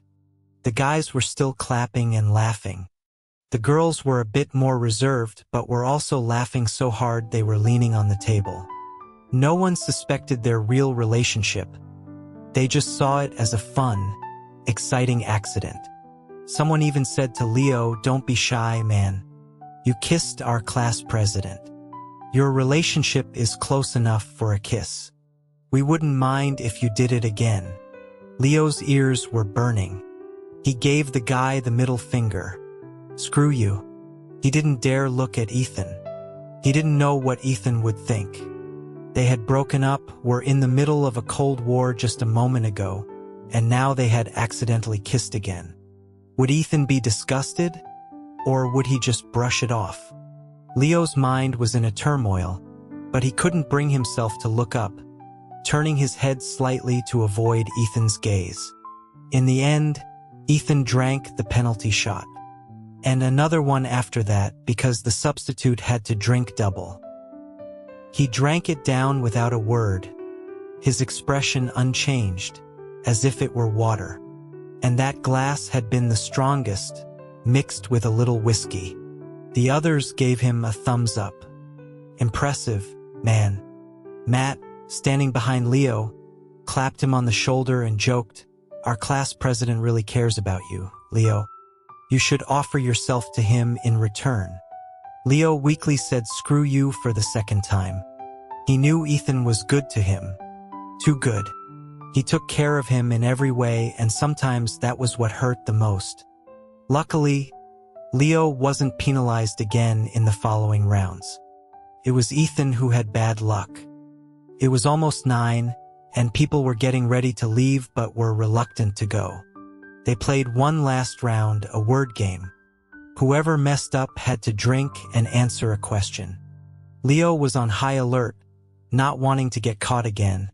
But this time it was Ethan who made a mistake. Not just him, but everyone was surprised.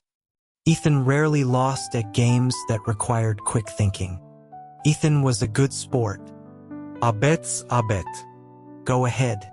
Everyone got excited, and after some pushing and shoving, a short-haired girl was chosen to ask the question. She was clearly shy, trying to back away, but her friends pushed her forward. Leo looked at her for a moment and vaguely remembered her. Her name was Lainey, and she had always sat in the front row, quiet and reserved. He thought she might have had a crush on Ethan in high school. She was more confident now than she had been then. She smiled shyly and asked, "Class president, I won't ask you anything difficult. "Did you have a crush on anyone in high school?" She added, "Be honest." The girls behind her giggled, and everyone looked at Ethan expectantly. The room had quieted down as the party wound down, and everyone was interested in his answer. It wasn't often they got to see Ethan in a tight spot. Ethan was still sitting. He looked up at Leo, who was leaning against the wall. Among the crowd of young men and women, Leo, in his turtleneck sweater, his skin pale, his face and lips flushed like a peach blossom, looked like a vivid oil painting that should be hidden away in a secret room. Yes, the word silenced the room. Everyone had expected him to say no. Even Leo was stunned, looking at Ethan in disbelief. Ethan remained unperturbed, his expression calm. He swatted Matt's hand off his shoulder. "That's a second question." After much probing, no one could get another word out of him. It was 9:30, and people finally started to leave. But even though Ethan wouldn't say, the gossip mill was in full swing. This was Ethan, the guy who was immune to rumors. In their 3 years of high school, he had been like a monk, coldly rejecting every girl who had a crush on him or confessed to him, treating everyone with the same detached indifference. It had led to a lot of speculation among the guys that he had studied so hard he had suppressed all his emotions. And now, this guy was admitting he had had a crush. Who would believe it? Leo was walking down the stairs with everyone else when someone asked him, "Leo, if the class president won't tell us, you have to. Who did he have a crush on?" "Yeah, I won't be able to sleep tonight if I don't know. I'm so curious." Leo's hand paused on the railing. His gaze swept past the people in front of him to Ethan, who was waiting for him on the ground floor. He stood tall and straight, the alcohol seemingly having no effect on him. He still looked like a refined gentleman, his expression unreadable. He had probably heard the gossip but didn't seem to care. Leo forced a smile. "I don't know either." A collective groan of disappointment went through the group on the stairs. "No way, you're definitely covering for him. There's no way you don't know." "Exactly."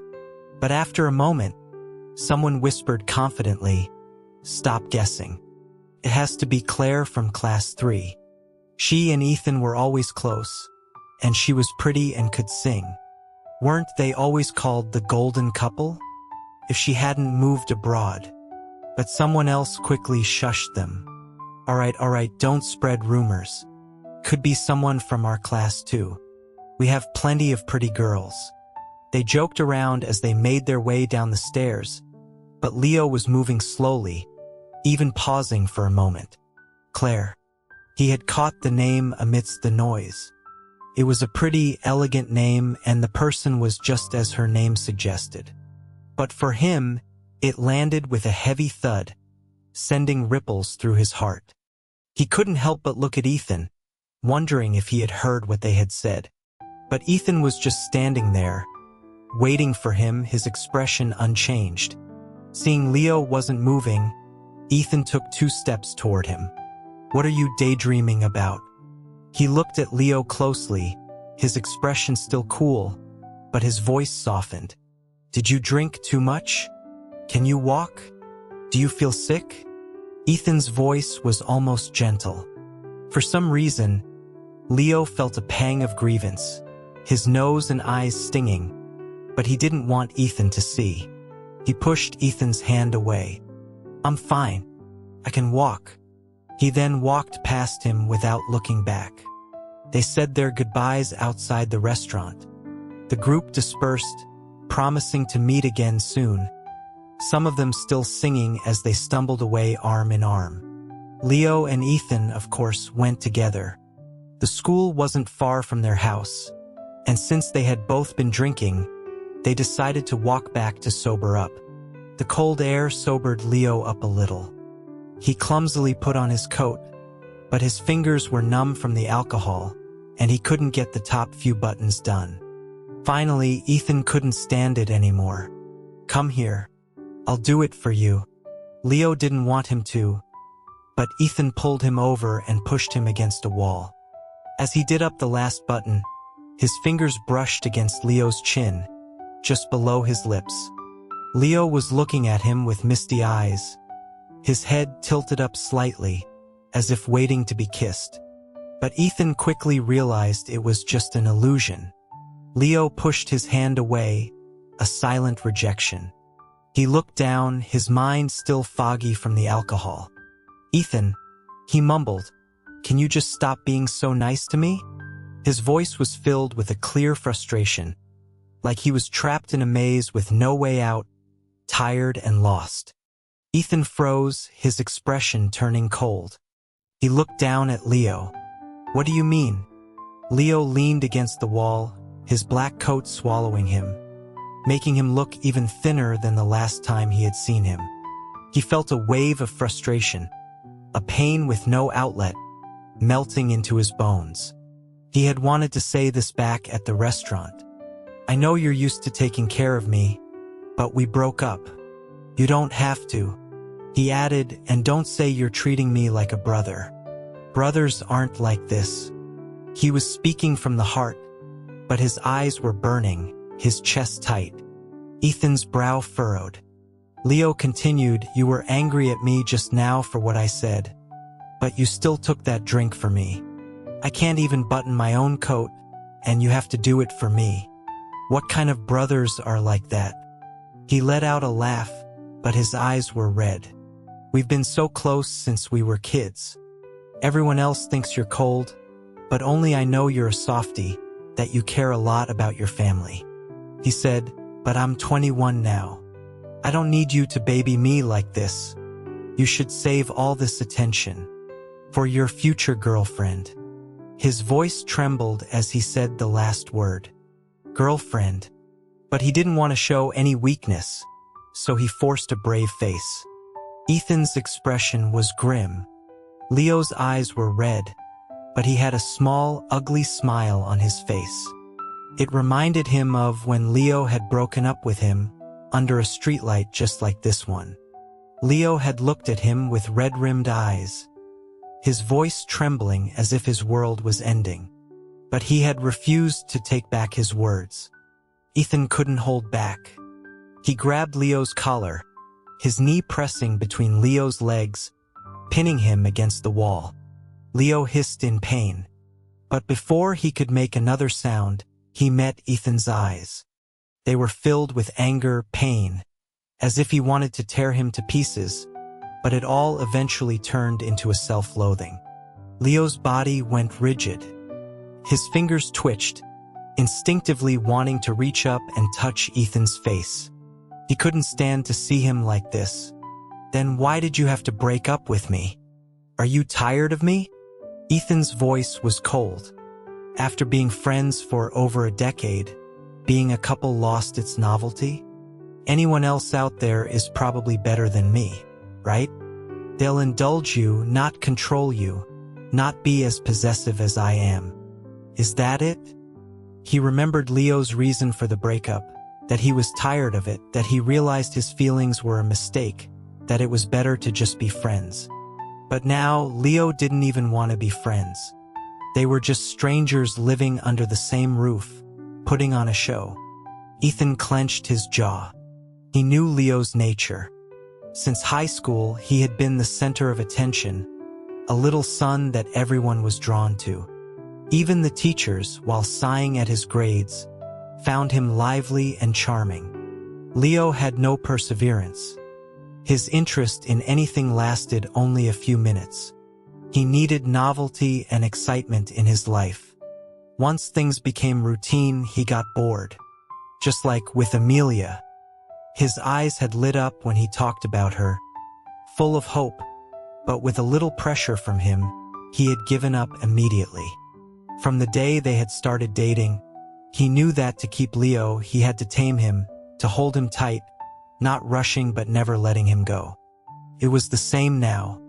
He leaned in closer to Leo, so close that Leo could see his individual eyelashes. "Leo, you like new things, excitement. You can charm anyone you want, but you can't commit. But I'm not like you. Since you knew that, why did you have to mess with me? To tell me now that you're bored, that you want to move on, it's too late. They couldn't go back to how they were. They couldn't be strangers. From the day Leo had pursued him, the thin barrier that had existed between them had shattered. Ethan's grip tightened on his collar, the button he had just fastened straining. It's too late, Leo, he repeated. Leo's eyelashes fluttered. It was too late. But what could they do? Even if they didn't break up now, could they really last? He knew Ethan was serious and responsible, not impulsive like him. When Ethan had agreed to date him, he had been in it for the long haul. Their decades of friendship, their intimacy, their shared childhood. If he hadn't initiated the breakup, Ethan would have stayed with him. But their relationship had been a mistake from the start. He had coerced Ethan into it. Ethan had just forgotten, or maybe forgiven him, just as he had forgiven his recklessness and foolishness countless times before. But that wasn't love. It was just Ethan's indulgence. Leo sighed and closed his eyes, not wanting to see Ethan, not wanting to reveal the thoughts in his own eyes. A small, almost mocking smile touched his lips. He raised his hand and placed it on the back of Ethan's hand that was gripping his collar. You're right. I regret coming on to you, he apologized. No matter how much of a jerk I am, I shouldn't have gone after my best friend just for a thrill. You're right. I'm fickle, I'm a flirt, I love excitement, and I get bored easily. We should never have started. As he spoke, he almost started to believe it himself.